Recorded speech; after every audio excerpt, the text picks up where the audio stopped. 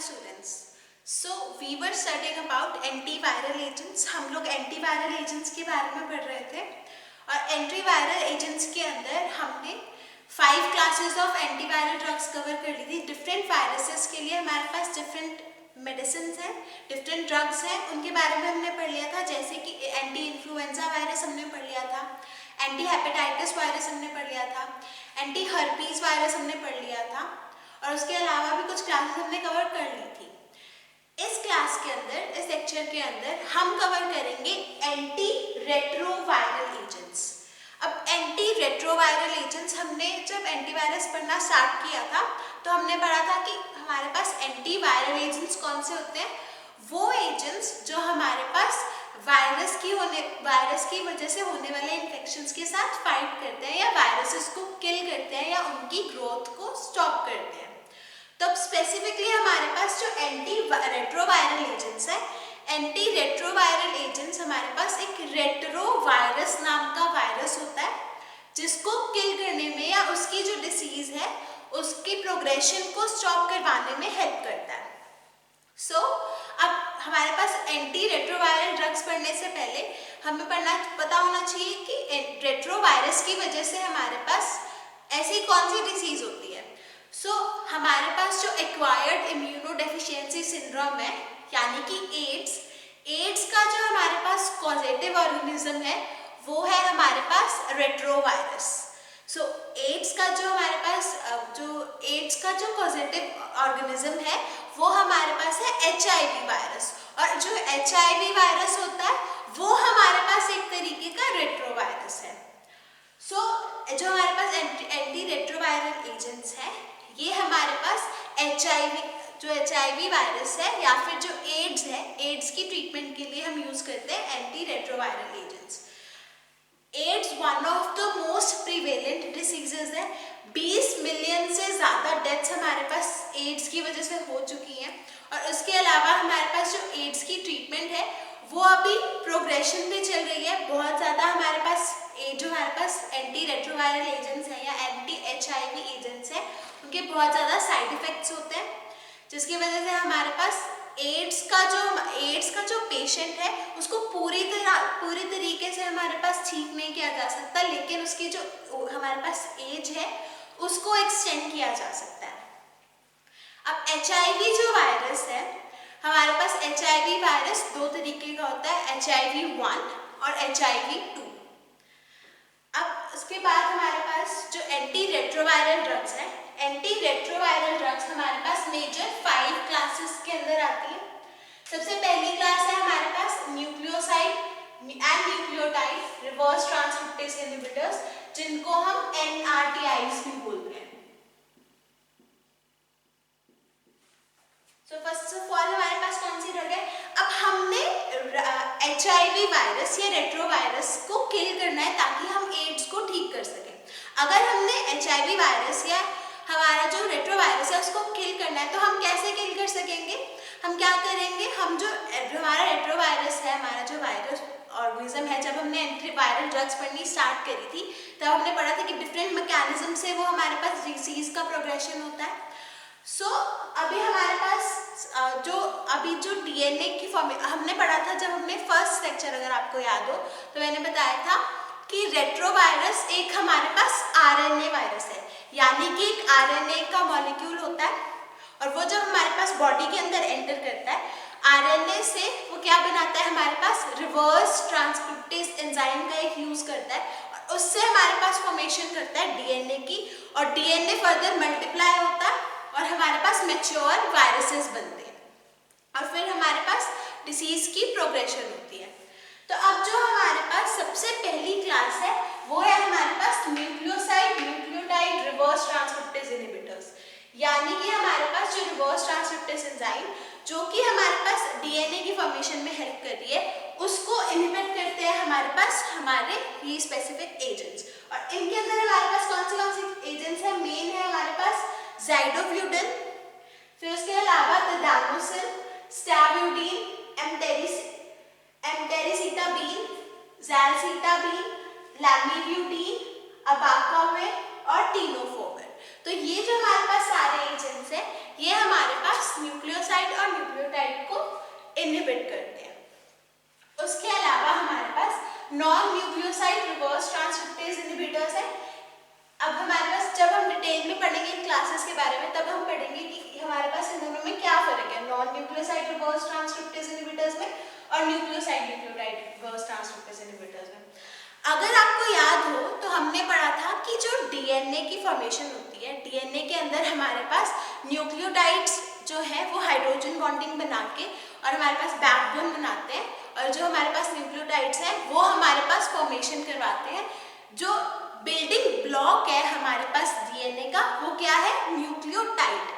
और न्यूक्लियोटाइड हमारे पास जो रिवर्स ट्रांसक्रिप्टेज इनहिबिटर्स है वो न्यूक्लियोटाइड्स के साथ हमारे पास न्यूक्लियोटाइड्स के साथ इंटरफेयर करके रिवर्स ट्रांसक्रिप्टेज को इनहिबिट करते हैं। सेकेंडली हमारे पास जो non nucleoside reverse transcriptase inhibitors है वो हमारे पास जरूरी नहीं है कि वो न्यूक्लियोटाइड के साथ हमारे पास इंटरफेयर करें, लेकिन वो रिवर्स ट्रांसक्रिप्टेज को जरूर इनहिबिट करते हैं। उसके अलावा हमारे पास प्रोटीएज इनहिबिटर्स है। प्रोटीएज इनहिबिटर्स के अंदर हमारे पास एक एंजाइम है प्रोटीएज, जिसको हमारे पास इनहिबिशन से हमारा जो वायरस है उसकी जो रेप्लिकेशन है उसकी प्रोग्रेशन स्टॉप हो जाती है। नेक्स्ट है हमारे पास एंट्री इनहिबिटर्स। अब एक सेल को इन्फेक्ट करने के लिए पहले हमारे वायरस को एंटर करना पड़ेगा, तो हमारे पास जो एंट्री कुछ ड्रग्स ऐसी हैं जो हमारे पास एंट्री को ही इनहिबिट कर देती है हमारे डीएनए की। उसके अलावा हमारे पास इंटीग्रेज इनहिबिटर्स है। अब इंटीग्रेज इनहिबिटर्स का क्या काम होता है, हमारे पास जो इंटीग्रेशन होती है हमारे पास वायरल डीएनए की ह्यूमन डीएनए के अंदर जो कि हमारे पास डिसीज कॉज करवाती है उसको इनहिबिट करती है। तो हमारे पास 5 क्लासेस है, nucleoside nucleotide reverse transcriptase inhibitors, non nucleoside reverse transcriptase inhibitors जिनको हम बोलते हैं NNRTIs। उसके अलावा हमारे पास है प्रोटीएज इनहिबिटर्स जिनको हम शॉर्ट फॉर्म बोल सकते हैं PIs। उसके अलावा हमारे पास एंट्री इनहिबिटर्स जिनको हम बोल सकते हैं EIs और इंटीग्रेज इनहिबिटर्स IIs। तो हमारे पास कौन से एजेंट्स हैं, NRTIs, NNRTIs, PIs, EIs और IIs। आप अगर शॉर्ट फॉर्म में याद रखोगे तो आपको मेमोराइज करने में आसानी होगी। सो अब सबसे पहले हम पढ़ते हैं हमारे non nucleoside reverse transcriptase inhibitors के बारे में। उसके पहले हम पढ़ते हैं कि हमारा गोल क्या है HIV की ट्रीटमेंट का। हमारे पास क्या गोल होता है हमारे HIV की ट्रीटमेंट का। हम क्या चाहते हैं कि जो HIV वायरस है सबसे पहले क्या हो जाए, हम उसकी जो मल्टीप्लिकेशन है उसको सप्रेस कर दें, फर्स्ट पॉइंट। सेकेंडली हम क्या चाहते हैं कि हमारे पास जो HIV का पेशेंट है वो उसका जो हमारे पास एज है, जो उसकी प्रोग्रेशन ऑफ डिसीज है उसको भी स्टॉप कर दें। तो एक तो हम चाहते हैं कि HIV रेप्लिकेट ही ना करे, और दूसरा हम चाहते हैं कि जितनी जल्दी हो सके जितना रिमेनिंग हमारे पास HIV बॉडी के अंदर है ऑलरेडी उसको क्या कर दें, हम उसकी ग्रोथ को इनहिबिट कर दें। इसके लिए हमारे पास ड्रग्स जो है वो कॉम्बिनेशन में यूज की जाती हैं। हमारे पास WHO के थ्रू हमारे पास एक सीरीज है जिसको हम बोलते हैं हार्ट। हमारे पास हार्ट रेजाइमेन यूज किया जाता है, जिसकी फुल फॉर्म है हमारे पास highly active anti retroviral therapy, जिसको हम बोलते हैं हार्ट,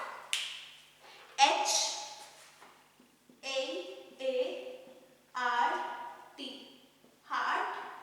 हमारे पास ये क्या है, highly active anti retroviral therapy. So हमारे पास WHO के थ्रू हार्ट रेजाइमेन प्रपोज किया गया है, जो कि हमारे पास जितने भी हॉस्पिटल्स में या फिर जितने भी कंट्रीज में हमारे पास HIV के केसेस प्रिवेलेंट हैं वहाँ पे हमारे पास हार्ट थेरेपी को यूज किया जाता है। अब जो ये हमारे पास हार्ट थेरेपी है इसके अंदर हमारे पास क्या है कि हमारे पास इसके अंदर कॉम्बिनेशन ऑफ ड्रग्स यूज किया जाता है, क्योंकि हमारे पास जो HIV वायरस है, HIV वायरस हमारे पास फास्ट रेप्लिकेटिंग वायरस है। इसके अंदर म्यूटेशन बहुत जल्दी होती है और ड्यू टू म्यूटेशन हमारे पास क्या हो जाता है, रेजिस्टेंस आ जाती है। अगर आप किसी HIV पेशेंट को एक ही ड्रग से ट्रीट कर रहे हो तो हाई चांसेस है कि उस पेशेंट के अंदर वो स्पेसिफिक ड्रग के लिए रेजिस्टेंस आ जाएगी। तो इसलिए हमारे पास कॉम्बिनेशन ऑफ ड्रग्स यूज किए जाते हैं ताकि जो वायरस है वो रेजिस्टेंस, हमारे पास रेजिस्टेंस एक्वायर करने से पहले ही हमारे पास जो हमारा वायरस है उसकी डेथ हो जाए। उसके लिए अब जो हार्ट थेरेपी है हमारे पास, हार्ट थेरेपी के अंदर क्या प्रपोज है कि हमारे पास 2 NRT इनहिबिटर्स यूज करने हैं, यानी कि हमारे पास जो nucleoside nucleotide reverse transcriptase inhibitors है, कोई भी 2 एजेंट्स इनमें से यूज करने हैं। और उसके अलावा हमारे पास एक एजेंट या तो non nucleoside reverse transcriptase inhibitors से यूज करना है या फिर हमारे पास प्रोटीज इनहिबिटर्स से यूज करना है। अब हमारे पास जो हार्ट थेरेपी है, हार्ट थेरेपी के हमारे पास क्या एडवांटेजेस है। सबसे पहले हमारे पास जो HIV की रेप्लिकेशन है वो स्टॉप हो जाती है। उसके अलावा हमारे पास प्लाज्मा के अंदर HIV का जो RNA लेवल्स है वो रिड्यूस हो जाते हैं। और सेकेंडली हमारे पास जो पेशेंट का सर्वाइवल रेट है वो इंक्रीज हो जाता है। So what happens with the use of combination of drugs under the heart या फिर HAART थेरेपी, तो इसके अंदर हमारे पास क्या होता है, हमारा जो the patient first of all the DNA replication of virus stops, secondly the levels in the plasma of HIV RNA virus decreases, and thirdly what happens is it prolongs the life of HIV patients। तो हमारे पास HIV और and it also increases the survival rate of HIV patients। हमारे पास survival rate भी increase हो जाता है अगर हम कॉम्बिनेशन ऑफ ड्रग्स यूज करते हैं। अब जो अगर हमारे पास जो कॉम्बिनेशन ऑफ ड्रग्स यूज हो रहे हैं, इसका वन ऑफ द डिसएडवांटेज ये है कि कुछ जगहों पे हमने देखा है कि मल्टी ड्रग रेजिस्टेंट हमारे पास वायरसेस का हमारे पास स्ट्रेन्स आए हैं जो कि बहुत ज़्यादा कॉम्प्लिकेट कर देते हैं। हम 3 ड्रग्स दे रखे थे तो उन तीनों ड्रग्स के लिए रेजिस्टेंट हो जाता है हमारा वायरस और डिसीज का प्रोग्रेशन बहुत ज़्यादा फास्ट हो जाता है। तो उसके अंदर हमारे पास क्या होता है कि वो क्या करता है, हमारे पास जो हमारे पास ट्रीटमेंट है HIV की उसको डिफिकल्ट बना देता है। So let's begin with nucleoside nucleotide reverse transcriptase inhibitors. अब जो न्यूक्लियोसाइड न्यूक्लियोटाइड या फिर NRTIs हैं, NRTIs के अंदर हमारे पास जो सबसे पहला एजेंट है वो है जिडोविडीन। हमारे पास जो बेसिक एजेंट है हमारे पास NRTIs का वो है जिडोविडीन। अब जो जिडोविडीन हमारे पास फर्स्ट ड्रग जो है NRTIs की, इसका जो हमारे पास सबसे पहले करता है मैकेनिज्म ऑफ एक्शन। अब इसका मैकेनिज्म ऑफ एक्शन क्या है, हमारे पास जो जिडोविडीन है, जिडोविडीन बॉडी में जाके जिडोविडीन ट्राइफॉस्फेट के अंदर कन्वर्ट हो जाती है। और जिडोविडीन ट्राइफॉस्फेट के अंदर जब कन्वर्ट होती है तब वो क्या करती है, हमारे पास बाइंड कर जाती है रिवर्स ट्रांसक्रिप्टेज एंजाइम के साथ। अब जब हमारे पास जिडोविडीन ट्राइफॉस्फेट बाइंड कर जाएगी रिवर्स ट्रांसक्रिप्टेज एंजाइम के साथ, तब वो क्या करती है, हमारे पास DNA की जो सिंथेसिस रिवर्स ट्रांसक्रिप्टेज करवा रही थी उसको इनहिबिट कर देती है। और due to inhibition of DNA synthesis what happens is, हमारे पास फर्दर जो वायरसेस की रेप्लिकेशन थी वो स्टॉप हो जाती है। उसके अलावा व्हाट हैपेंस इज, हमारे पास जो जिडोविडीन ड्रग है, जिडोविडीन ड्रग हमारे पास एक न्यूक्लियोसाइड का एनालॉग है। अब न्यूक्लियोसाइड का एनालॉग यानी कि हमने क्या पढ़ा था कि DNA जो है वो न्यूक्लियोसाइड से मिलके बनता है। अब न्यूक्लियोसाइड का एनालॉग है यानी कि हमारे पास न्यूक्लियोसाइड जैसा स्ट्रक्चर है हमारी ड्रग का। अब जिडोविडीन किसी न्यूक्लियोसाइड के जगह पे हमारे पास DNA के अंदर इनकॉर्पोरेट हो जाती है या फिर एंटर कर जाती है। अब जब DNA के अंदर हमारे पास जिडोविडीन एंटर कर जाएगी तो वो हमारे पास क्या करेगी, जो हमारे पास चेन की टर्मिनेशन, जो हमारे पास चेन की इलॉन्गेशन थी उसको उसकी टर्मिनेशन हो जाएगी, फर्स्ट पॉइंट। सेकेंडली हमारे पास क्या होता है, स्ट्रक्चर हमारे पास खराब हो जाता है हमारे DNA का, वायरस की DNA का, जिसकी वजह से हमारे पास क्या होता है, हमारे पास फर्दर वो रेप्लिकेट नहीं कर पाता और अल्टीमेटली हमारे पास जो वायरस का DNA है उसकी रेप्लिकेशन स्टॉप हो जाती है और स्ट्रक्चर खराब होने की वजह से हमारे पास वायरल सेल की डेथ हो जाती है। So this was the mechanism of action of zidovudine. अब जो ज़िडोविडिन है ये हमारे पास क्या करती है, एंजाइम्स को इनहिबिट करती है। अब due to inhibition of enzymes ये हमारे पास डिफरेंशिएट नहीं कर पाती ह्यूमन एंजाइम्स के अंदर और जो वायरल सेल्स के एंजाइम है उनके खिलाफ। सो हमारे पास जिसकी वजह से कुछ साइड इफेक्ट्स आते हैं जैसे कि एनीमिया, उसके अलावा ग्रेन्युलोसाइटोपेनिया, उसके अलावा हमारे पास मायोपैथी जैसे साइड इफेक्ट्स आते हैं, हमारे पास पैनक्रियाटिस हो जाता है। सो हमारे पास डिफरेंट साइड इफेक्ट्स हैं। अब जो ज़िडोविडिन है वो स्पेसिफिकली हमारे पास थायमिडीन का एनालॉग होता है। अगर आपको याद हो तो डीएनए हमारे पास एटीजीसी से बनता है, एटीजीसी। एटीजीसी के अंदर हमारे पास एडिनोसिन, थायमिन, गुआनोसिन और साइटोसिन था। सो हमारे पास जो ज़िडोविडिन है, ज़िडोविडिन हमारे पास थायमिडीन का एनालॉग है।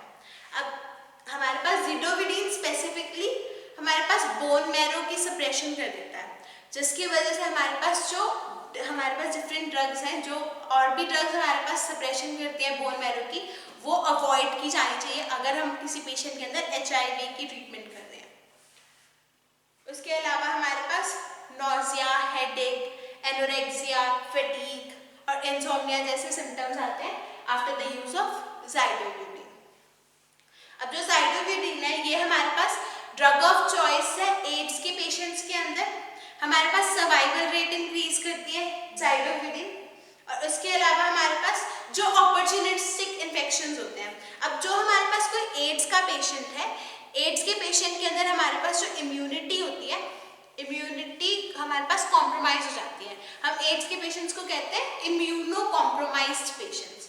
अब क्योंकि हमारी बॉडी की जो सारी इम्यूनिटी है वो एड्स वायरस के साथ फाइट करने में हमारे पास यूज हो रही है, तो हमारे पास इम्यूनिटी बाकी अगर कोई अपॉर्चुनिस्टिक इन्फेक्शन हो जाए तो उसके साथ फाइट करने के लिए हमारे पास इम्यूनिटी नहीं बचती। तो जो ज़ाइडोविडिन है वो हमारे पास क्या करती है, जो ये अपॉर्चुनिस्टिक इन्फेक्शंस हैं उनका जो हमारे पास अपीयरेंस है उसको डिक्रीज करती है। उसके अलावा ज़ाइडोविडिन की वजह से वेट गेन भी होता है।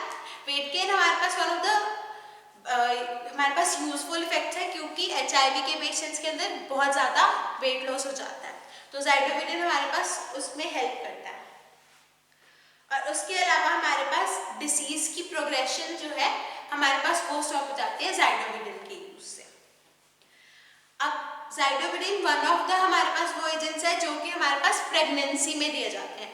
अगर हमारे पास जो मदर है उसको HIV है या वो हमारे पास मदर HIV पॉजिटिव है, तो हमारे पास अगर हम न्यूबॉर्न बेबी के अंदर या फिर प्रेग्नेंट फीमेल के अंदर ज़ाइडोविडिन एडमिनिस्टर करेंगे तो हमारे पास जो न्यूबॉर्न बेबी होगा उसके अंदर HIV होने के चांसेस बहुत ज़्यादा डिक्रीज हो जाएंगे।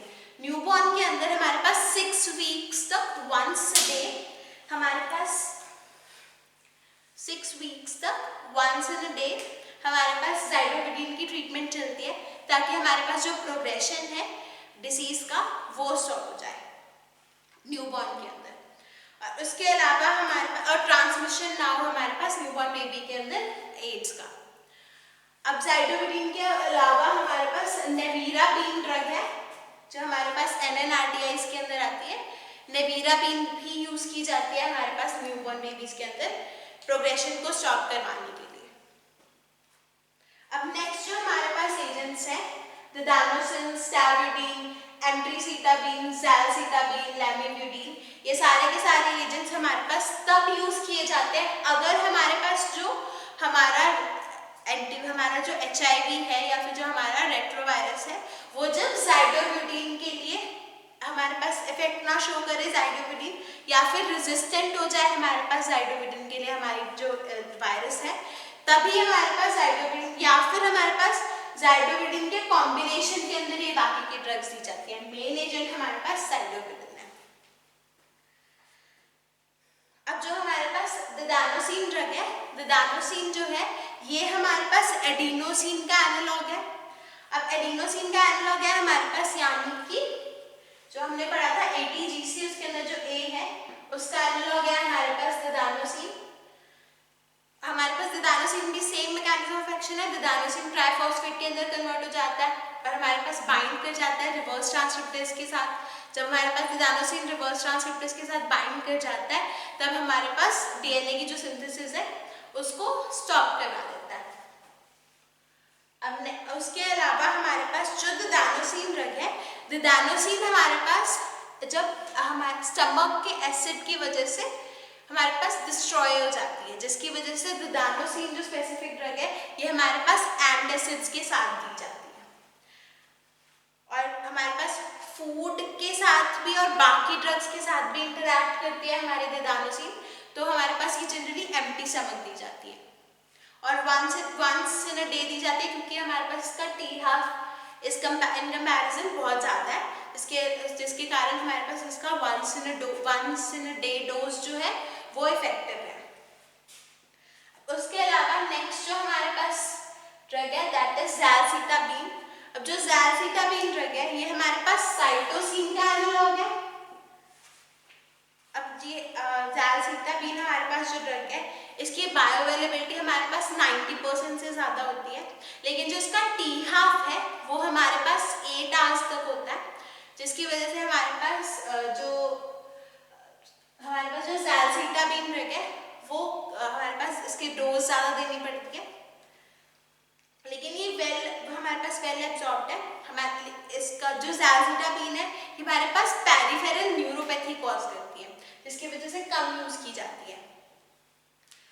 उसके अलावा नेक्स्ट जो हमारे पास ड्रग है दैट इज लैमिब्यूटिन। अब लैमिब्यूटिन हमारे पास इनिशियली बहुत ज़्यादा यूज़ की जाती थी, लेकिन हमारे पास जो लैमिब्यूटिन ड्रग है उसकी जो प्रोग्रेशन है रेजिस्टेंस की वायरस के थ्रू वो बहुत ज़्यादा फास्ट है, इसकी वजह से हमारे पास लैमिब्यूटिन आजकल कम यूज़ होने लग गया। अगर हम मोनोथेरेपी करते हैं यानी कि सिर्फ एक ही ड्रग देते हैं लैमिब्यूटिन की, तो हमारे पास बहुत ज़्यादा जल्दी हमारे पास रेजिस्टेंस एक्वायर कर लेता है हमारा वायरस। अब HIV वायरस के अलावा हमारे पास हेपेटाइटिस B वायरस को भी इनहिबिट करती है हमारी लैमिब्यूटिन। अब लैमिब्यूटिन हमारे पास वेल एब्जॉर्ब्ड है, वेल टॉलरेटेड है, हमारे पास सीरियस इफेक्ट्स नहीं है, इंसोम्निया, फीवर, हेडेक, डायरिया जैसे इफेक्ट्स हैं। अब नेक्स्ट जो हमारे पास ड्रग है दैट इज अबाकावीर। अबाकावीर जो ड्रग है हमारे पास ये हाइपर सेंसिटिविटी सिंड्रोम कॉज करती है, फीवर, रैशेस जैसे सिम्टम्स आते हैं, और अगर हमारे पास अबाकावीर किसी पेशेंट को एडमिनिस्टर करते ही रैशेस या हाइपर सेंसिटिविटी रिएक्शंस आने स्टार्ट हो जाए तब हमारे पास पेशेंट के अंदर तभी डिसकंटिन्यू की जाती है अबाकावीर। उसके अलावा हमारे पास एम्ट्राइसिटाबीन है। एम्ट्राइसिटाबीन हमारे पास साइटोसिन का एनालॉग होती है और ये हमारे पास इसकी बायोअवेलेबिलिटी 93% के अराउंड होती है। T-half इसकी मोर देन 24 आवर्स है, जिसकी वजह से हमारे पास एक ही डोज यूज़ की जाती है, लेकिन एम्ट्राइसिटाबीन की वजह से हमारे पास हेडेक, डायरिया जैसे सिम्टम्स देखे जाते हैं। उसके अलावा स्पेसिफिक हमारे पास साइड इफेक्ट है एम्ट्राइसिटाबीन का, वो क्या है हमारे पास पिगमेंटेशन हो जाती है सोल्स की और पाम की। हमारे पास हैंड के जो पाम्स हैं और हमारे पास फुट के जो सोल्स हैं उसके अंदर पिगमेंटेशन हो जाती है due to use of emtricitabine. Last जो हमारे पास ड्रग है इस क्लास की दैट इज टीनोफोविर। अब टीनोफोविर हमारे पास एडिनोसिन का एनालॉग है। अब जो हमारे पास टीनोफोविर ड्रग है, टीनोफोविर हमारे पास टीनोफोविर डाइफॉस्फेट के अंदर कन्वर्ट हो जाती है और फिर हमारे पास रिवर्स ट्रांसक्रिप्टेज के साथ बाइंड करती है। फिर हमारे पास अगर रिवर्स ट्रांसक्रिप्टेज के साथ बाइंड करके डीएनए सिंथेसिस स्टॉप करवा देती है और टर्मिनेशन करवा देती है हमारी चेन की। उसके अलावा हमारे पास जो टीनोफोविर ड्रग है, टीनोफोविर हमारे पास कॉम्बिनेशन के अंदर दी जाती है बाकी एजेंट्स के साथ। टीनोफोविर हमारे पास साइड इफेक्ट्स जो है बहुत कम है in comparison to other drugs, nausea, vomiting, diarrhoea जैसे साइड इफेक्ट्स हैं। अब जो हमारे पास ये सारी ड्रग्स हैं इनके कुछ हमारे पास कॉन्ट्राइंडिकेशंस है, ये ड्रग्स आपस में भी रिएक्ट करती हैं। तो हमारे पास जो साइटोविटिन ड्रग है और स्टैबिडिन ड्रग है ये हमारे पास कॉम्बिनेशन में नहीं दी जा सकती, क्योंकि स्टैबिडिन और साइटोविटिन हमारे पास एक दूसरे को इनहिबिट करती है। उसके अलावा हमारे पास जो ज़ैलसीटाबीन ड्रग है और दिदानोसिन ड्रग है ये हमारे पास इकट्ठे नहीं दी जा सकती, क्योंकि हमारे पास एक दूसरे के एक्शन को अपोज करती हैं। उसके अलावा ज़ैलसिटाबीन और लामिबुडिन हमारे पास इकट्ठी नहीं दी जाती। और जो अबाकाविर है वो हमारे पास अगर कोई अल्कोहलिक पेशेंट है तो उसके अंदर हमारे पास अबाकाविर भी एडमिनिस्टर की जाती है। सो विद दिस आपका जो हमारे पास NRTIs है हमारे पास वो कवर होता है, nucleoside and nucleotide reverse transcriptase inhibitors. Next class के अंदर हम बाकी के एजेंट्स कवर करेंगे। So thank you.